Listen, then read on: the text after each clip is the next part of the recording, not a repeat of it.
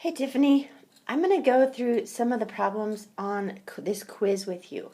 So the first one I'm going to go over is number 2 on your quiz, which was 9 1/6 minus 5 5/6. So this is very much like when we do subtraction and the number in the ones digit or the tens digit is bigger than the number in the previous digit, we have to borrow. So from this 9, I'm going to borrow 1. I'm going to take 1 out, and I'm going to move it over here. Well, I'm going to move it in the form of 6/6. So right now I have 8 7/6 minus 5 5/6. Okay, this 8 7/6, like I had 1/6, and what I did was I added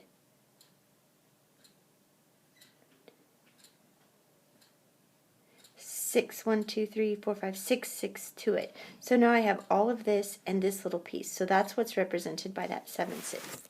Now I can subtract my fractions. So 7/6 minus 5/6 is 2/6, and 8 minus 5 is 3. Then I can take this one step farther. 2/6. 2 goes into 2 once, and 2 goes into 6 3 times. So my answer is 3 1/3. Okay, let's look at the next one. Give the answer in simplest form, which is 6 times 2 1/3. So we've got a couple different ways we can do this. One is we can use our distributive property. These statements are the same. 2 plus 1/3 and 2 1/3 are the same thing. So now when I distribute it, 6 times 2 is 12. 6 times 1/3 is the same thing as 6 divided by 3, which is 12 plus 2, which is 14. Okay, now you might have learned to solve it before, previously, where we make 2 1/3 an improper fraction. So where we take 3 times 2 plus 1. So that would be 7/3.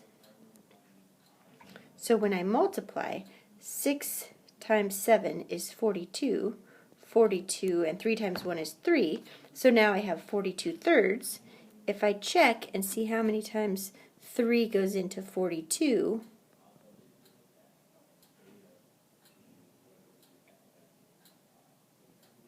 I get 14. Oops, 4, that's a 0. Try that again so that makes a little more sense. Sorry about that. So that's a 3, so that gives me 12. Gives me 12, so there's my 4. So I get 14 either way. So you can make it an improper fraction, or you can use the distributive property. Either way is good for multiplying our fractions. So the next one says, change 15/6 into a mixed fraction. So if it is a mixed fraction, I'm really asking myself, how many times does 6 go into 15? Well, 6 goes in there 2.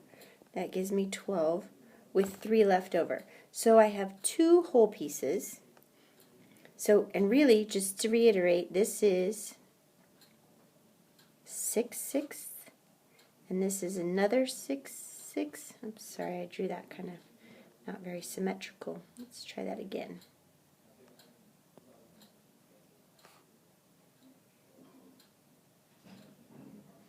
So here is 6/6, here is 6/6, so that's 12/6, and I have 3 left over.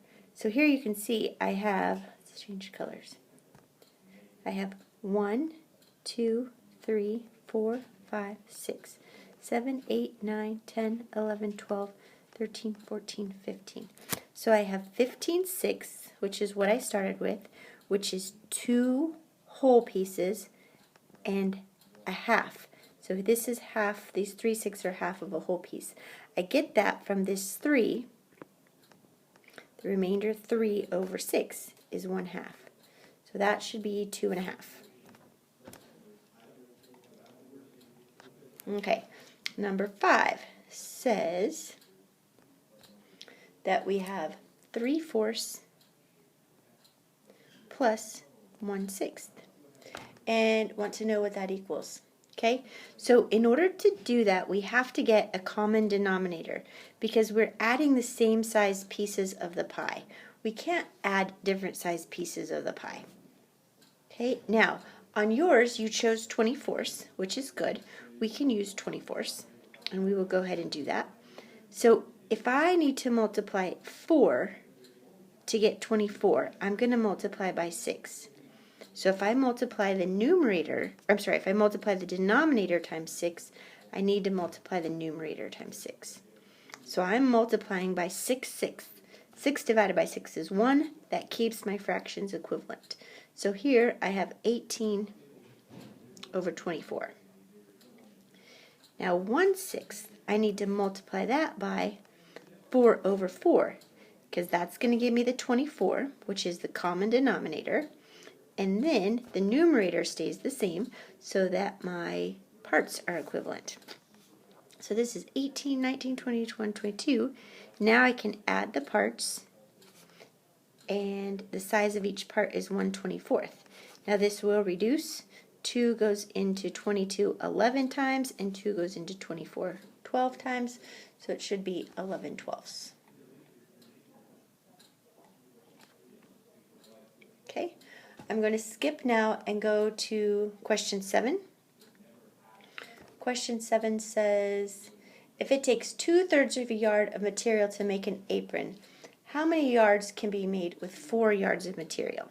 Okay, so we're going to pretend that this is a yard, this is a yard, this is a yard.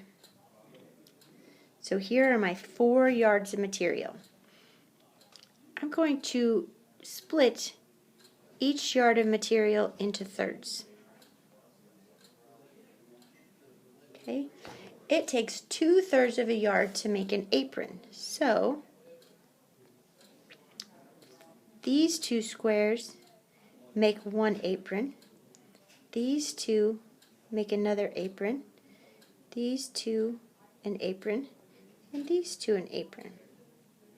Now all of these are the same size, so I can also take these 2 together, okay, because 4 yards of material isn't really going to be split up into 4 parts. It's all going to be connected.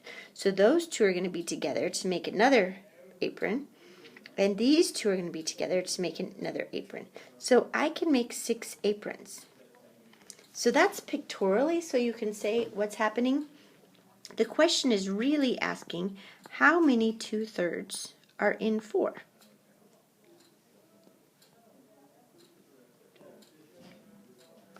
How many 2/3 are in 4? Well, when we divide, we know that we can multiply by the reciprocal. I'm going to go to the next page. So 4 over 1 times 3 over 2. This is a 2, because we multiply by the reciprocal.